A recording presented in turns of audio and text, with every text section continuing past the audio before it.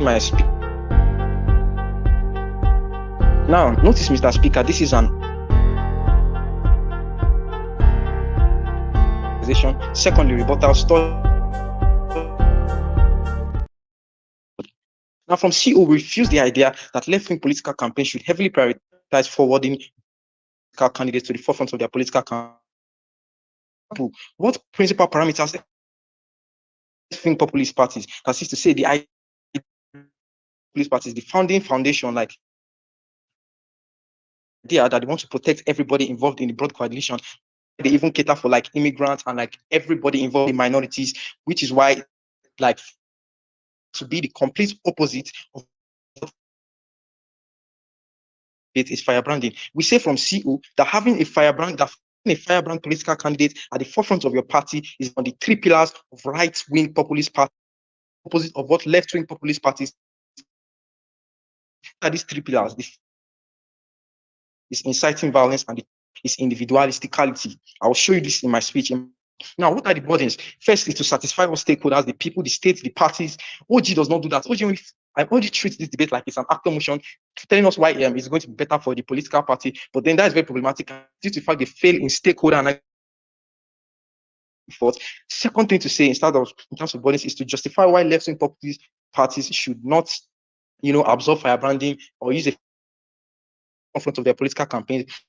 And I'll show you that my partner gave you. The first principles of the left-wing movement, that is to say, irrespective of the charisma and the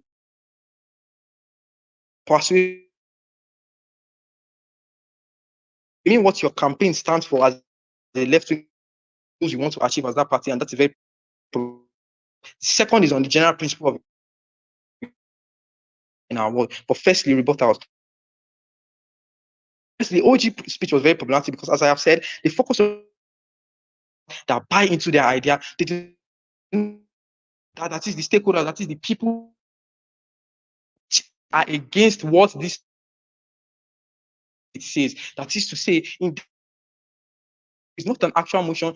It's not an exclusively the benefits to that political party. You need to how it affects the people, what the people they stand for, what the people they stand against from OG. But the second thing we say that they say is the strategic positioning for left-wing politicians. But that's very problematic because this positioning is very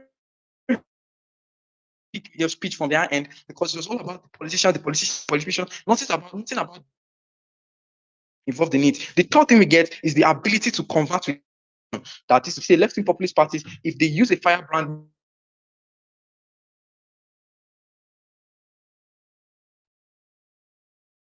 to their party, but that is not true because individuals buy a party's ideology based on need and not based on charisma. That's very problematic. The Democrats Party, because the Democrat Party are taking on of themselves, saying that people buy into parties because of charisma is very problematic in and of themselves. Now, their best case scenario, let's say this individual gets because it is individual party rather than put party politics. When there is internal conflict can exist when an individual decides to propagate his individualistic charisma and all that, and people become to absorb it. In a case where as a result of disparity in belief, because this individual is standing for is not what that party stands for, rather it's firebranding, which is something that is very popular among right-wing populist parties. Our opening has really told us that yes, it will cause internal friction, but then internal friction will lead to fragmentation because different members that buy into of left-wing populist parties begin to support each and this in a very divided state, and hence which also exists in this movement is that they lose members and centuries because they segregate. Is a pillar of right-wing popular parties, right-wing populist parties. That is to say, a movement. They incite violence, very strong stance, and like they can incite violence between individuals on opposite sides of dramatic because in the principle of left-wing populist parties, they want to cater for the broad coalition as a result of the compassion and the individualistic nature of firebranding. This is a pillar of right-wing populist parties. Now, the first thing we get for them is that it creates conflict and creates solution, but then it creates only the most likely tell you that if you are on that side, that is the ideology, switch to another ideology to solve that problem. It is left as a conflict. The first this funding, but it does not increase funding for this left-wing populist because one, it is a one-sided movement towards one party of people. It is violent. It's a violent movement, and usually the victims of this violence. Hence, you can't cater for the vast majority of individuals, especially the majority which they stand to cater for. Thirdly, it is anti-capitalist. Majority of left-wing populist parties, the ideology anti-capitalism. Hence, they don't even.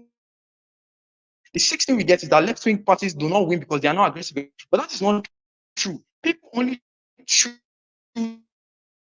these parties because of one of taxation. Those are the reasons that can shift the dynamic of people's votes to right-wing populist parties. It is not because they are not aggressive enough.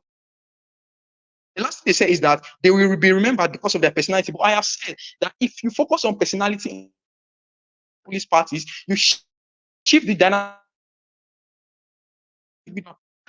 party policy. And in an instance of like internal conflict, it leads to fragmentation among people that buy into the idea of place that disrupts the movement. Now, from OO is that okay, they talk about they don't emphasize on the impact in relation to why these left-wing populist parties should not prioritize firebranding. It's like an autocracy. They don't consider, an opinion shift. They say power is a democracy, not an autocracy. Opinions can always change. The second is that they say you give utility to minorities, but then you don't actually give utility because you create segregation in those minorities in any state in time are usually the victims of popular violence and they lack the resources to protect themselves. Hence, they are the victims violence, and you do not cater for the minorities. Their world is fighting for dominant ideology which opposes them democracy. Our alternative is moderate politicians under the left, things like diplomacy and people. We listen to more people in our world, keep their grievances to account, and solve the issues of true diplomatic means. Why we win? We win because we maintain the principle of left wing, we satisfy, and thirdly, we give you individualisticality, which our opening, and we engage on violence better. We are very.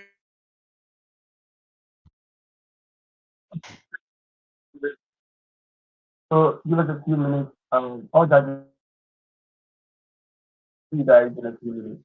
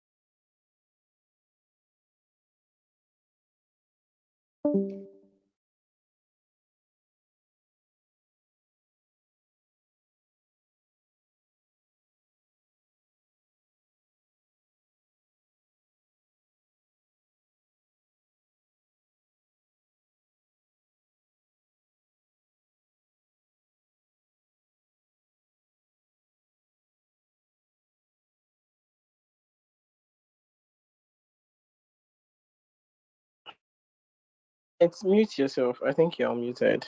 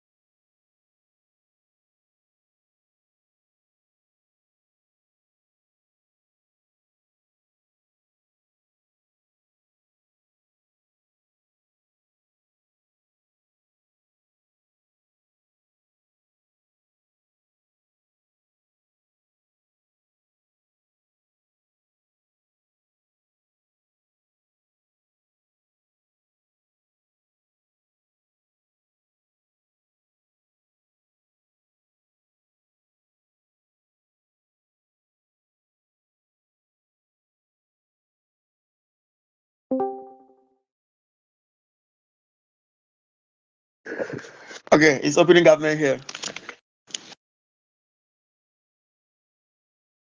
OG is here.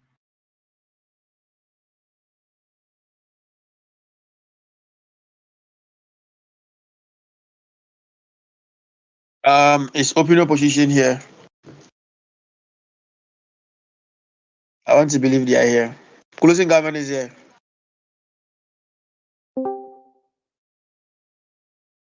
Hmm.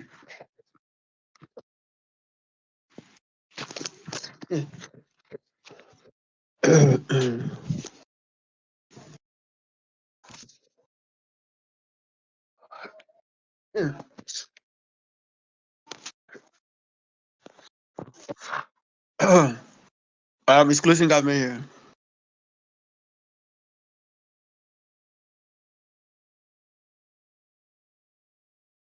Closing position are you here? Okay. CEO is Uh, here. okay. This is I'm it. waiting for. I'm waiting for one of my judges.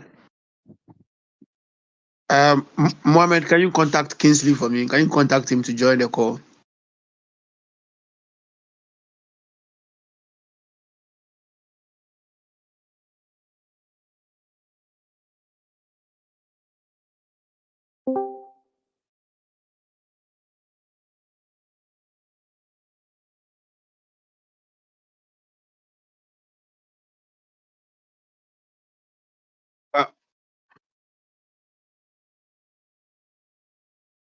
Uh, please, can you help get me one of my panelists, Kingsley? He was here. Kenechuku Kingsley or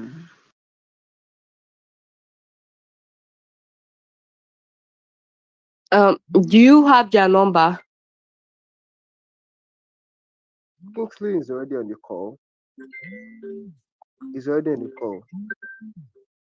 Okay. Ferguson is on the call. oh, yeah. I've seen him. So our deliberation was quite long. We had our own disagreements.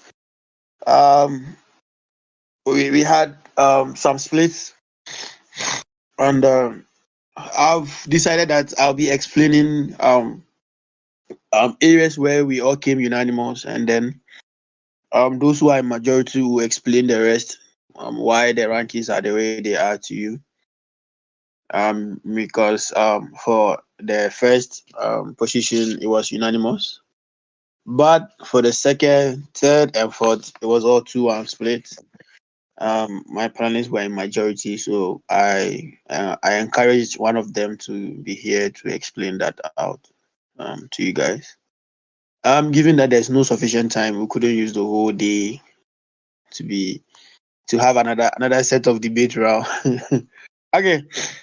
So in no particular order, the first was unanimous, so that went to open opposition.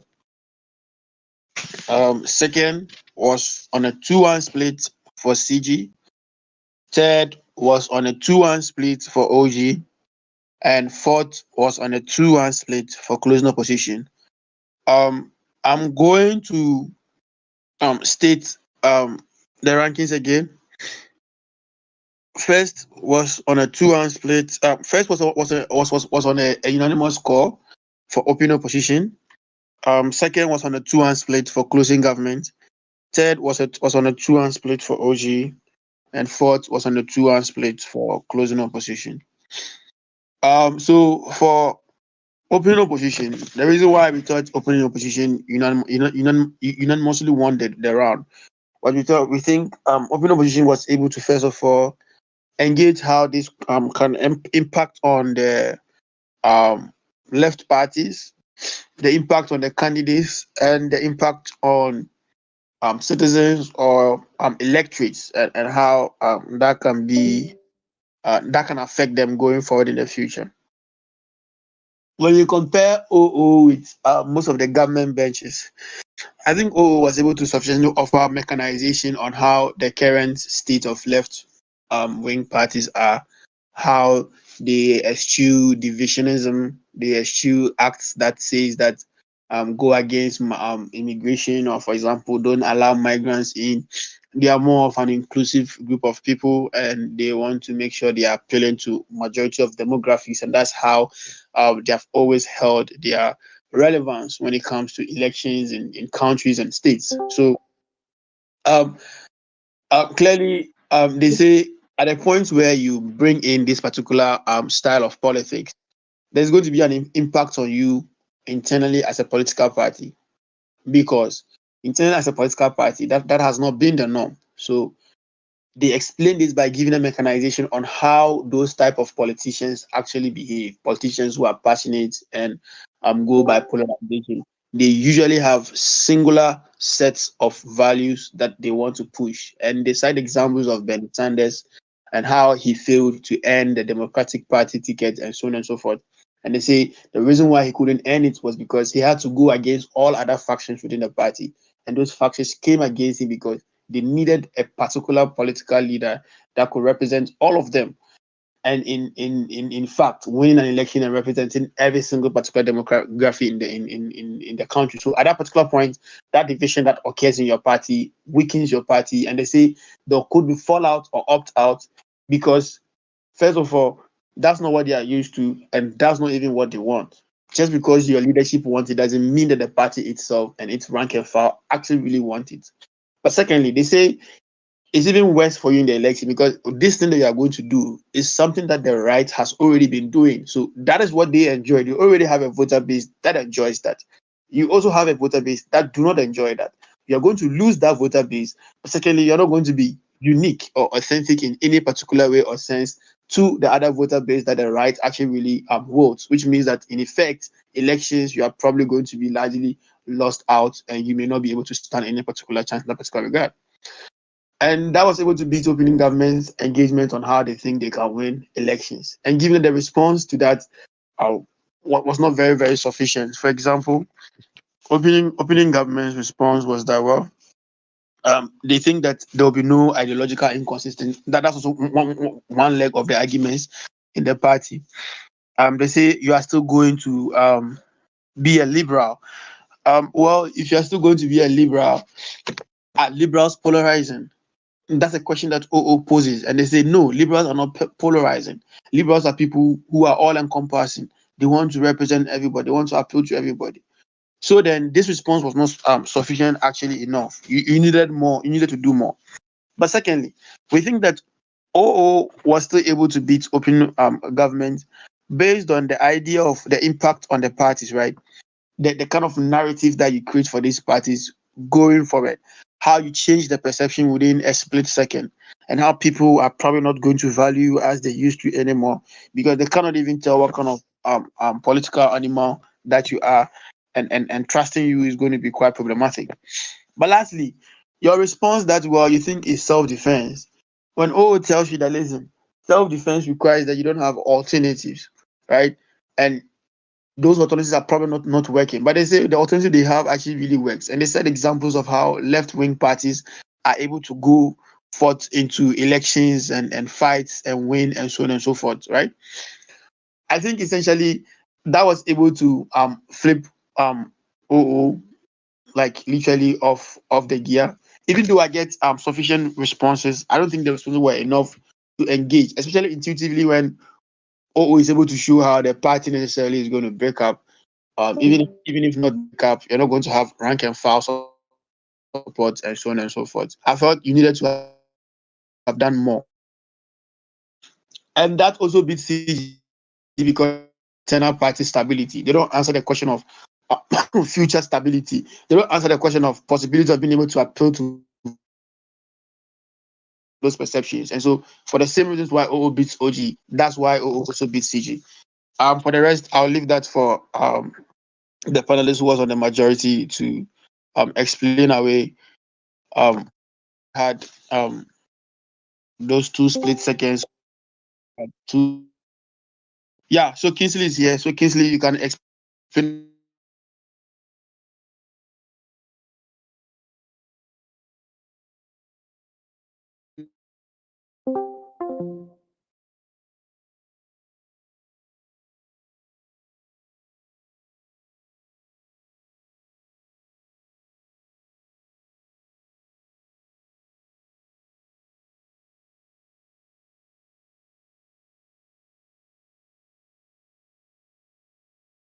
Network on someone today. Sorry, can you hear me? Can you hear me? Yeah, audible, yeah.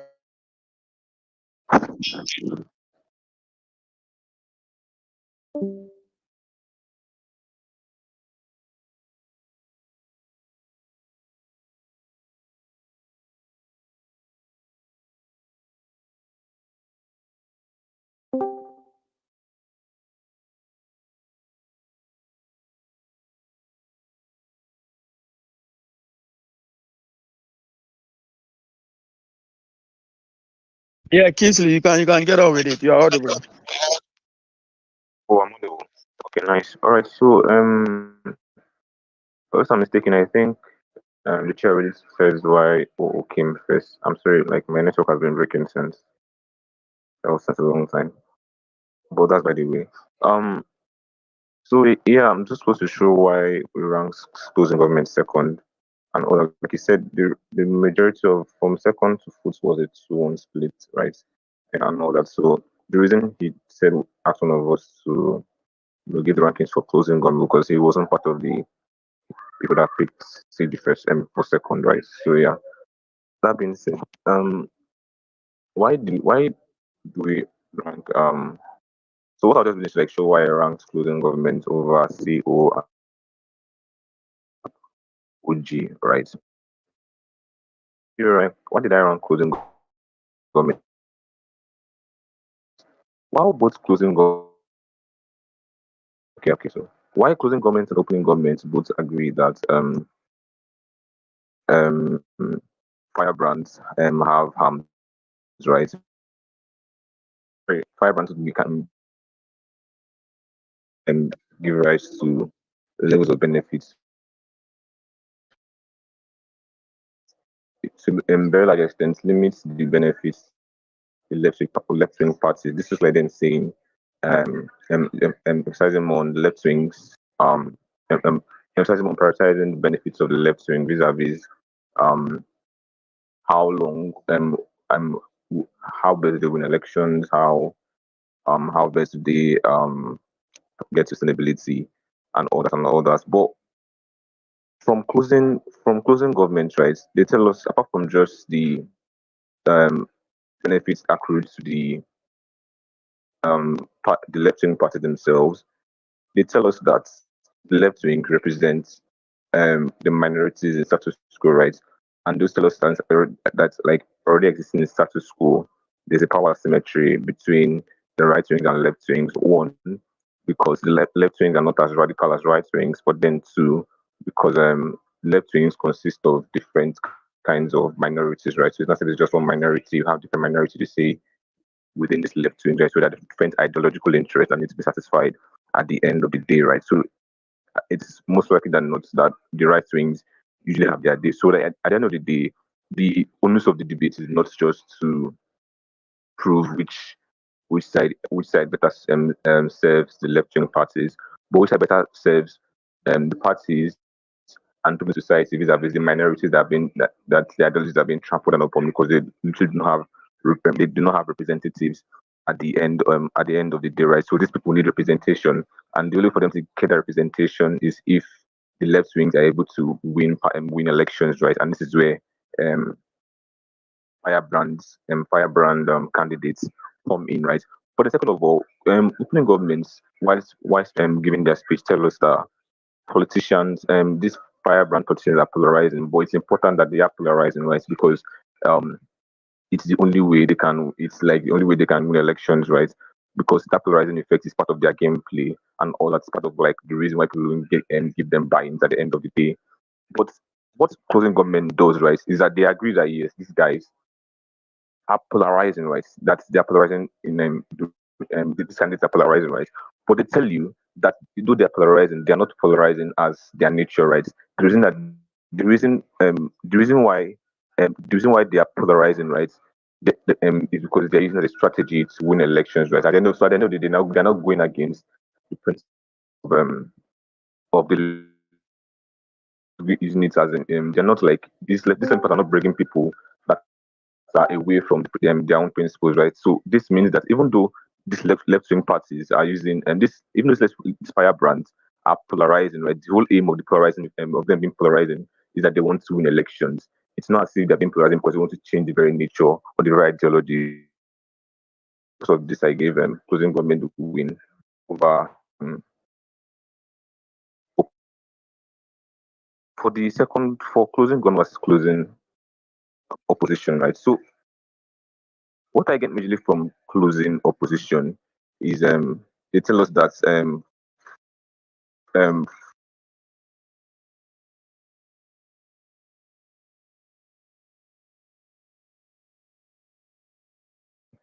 in the simple sense of it, right, that they are um sorry, they are candidates that thrive on polarization, they are candidates that thrive on violence, and they go on to show how this violence is harmful, right, and how this violence will harm the ideals of the left wing parties and even harm society at the end of the day. This was like them saying left wings these candidates can inspire people to a sort of inflammatory violence, right? A violence that cascades. So them saying that it will hamper democratic government, that's the whole idea of violence, right? But this is also them saying that this also looks like them saying that because of this violence, firebrand candidates should not be at the forefront, especially since they are other people or other candidates at the end of the day, pragmatic candidates, the moderates, I think, and all that and all that and all that. The problem I had with closing opposition, anyways, was one, closing opposition emphasized so much on the violence of the firebrand candidates, right? They emphasized so much on the violence of the firebrand candidates, and they they failed to show us how at all the points in time when they kept on saying they're violent and all that, how this directly links to the polarization that they're supposed to be talking about, right?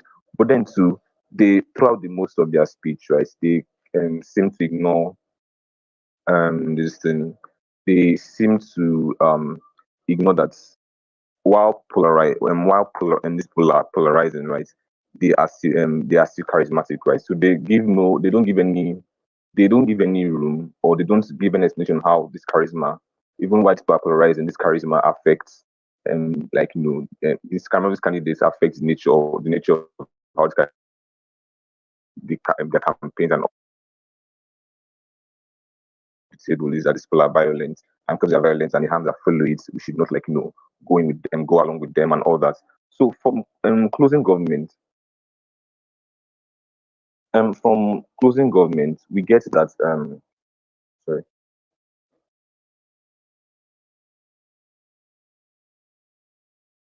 from closing government, we get that um fire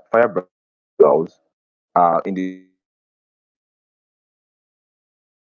apart from being charismatic, right, can be polarizing, right, and all that. But the whole idea of them being polarizing is that they're able to win elections, right? But they also say that even if they do not win elections, that the idea that to the extent where they to the extent where they're able to cause fire and the opposition parties to modify their policies is something that they are also willing to go along with and all that, right?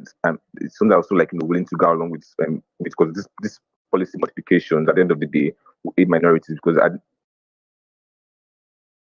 if the right wings are modifying their policies of firebrands, obviously going to go what they are actually trying to represent and be because of the minorities, right? So closing and so they also tell us that closing these minorities have no opt-out mechanisms, right? So this looks like them having no other alternatives because there's nobody champion that cause at the end of the day. So it's either left wings or nothing, either left wings or nobody, right? So this left have to step up to the stage and do the needful.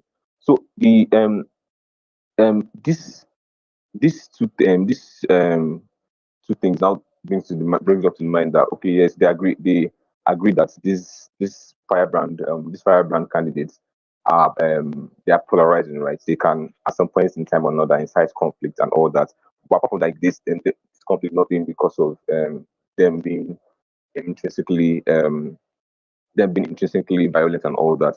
That the whole idea is that they are the left wing, they're already in a position of no alternatives, right? So something has to be done to help the minorities. Something has to be done to still bolster up the what I would use the name or whatever of the left wings. now based on to bolster up the rights of the ideologies of the minorities, right?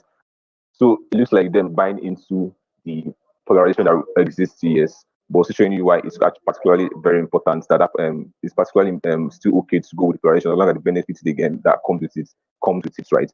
And then I think, yeah, sure. I think I think that's all, yeah.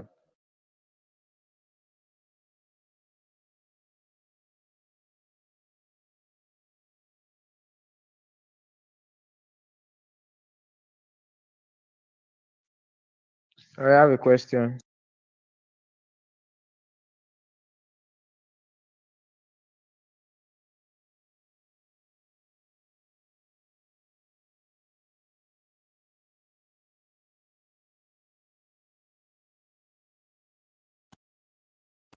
Okay, if you're a team and you're on this call and you will not appear on the tab.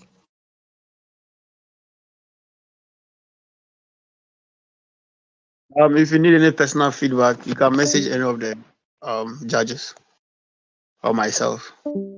All the best subsequent round.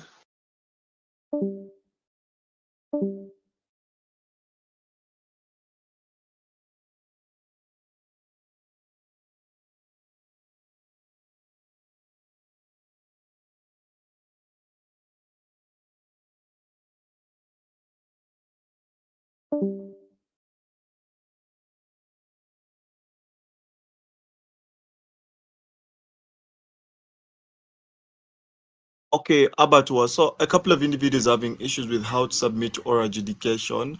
So because both the chair, who was in a minority, and the panelists gave the oral adjudication, please give feedback on the person who reflects the right call that was taken for the round. For instance, a call from the panelists is what will, of course, was the ranking for this round. So give feedback exactly on that and not on the chair.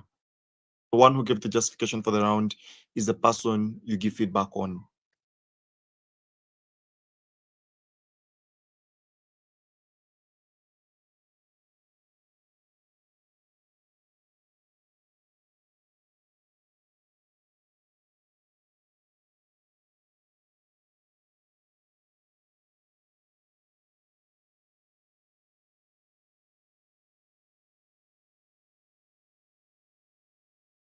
Wait. Tab, Rian, are you still there?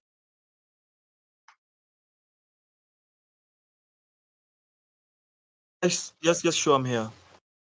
Yeah, but the thing is, both the chair and the panel gave the justification for the round, and the way they explained it is that they had to give an OA because like they were able to reach a unanimous on the first, but concluded to a 2-1 split with second, third, and fourth. So we're kind of confused how Oh, deliberation.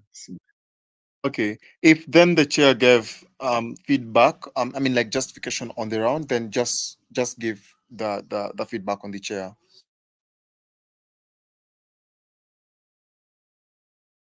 That makes sense.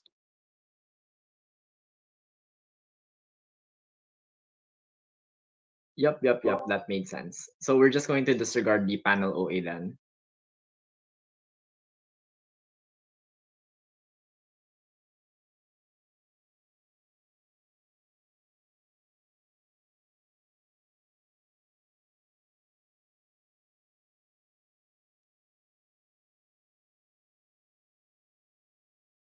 Tab, I'm sorry, but like the OA from the chair was only about the unanimous, right?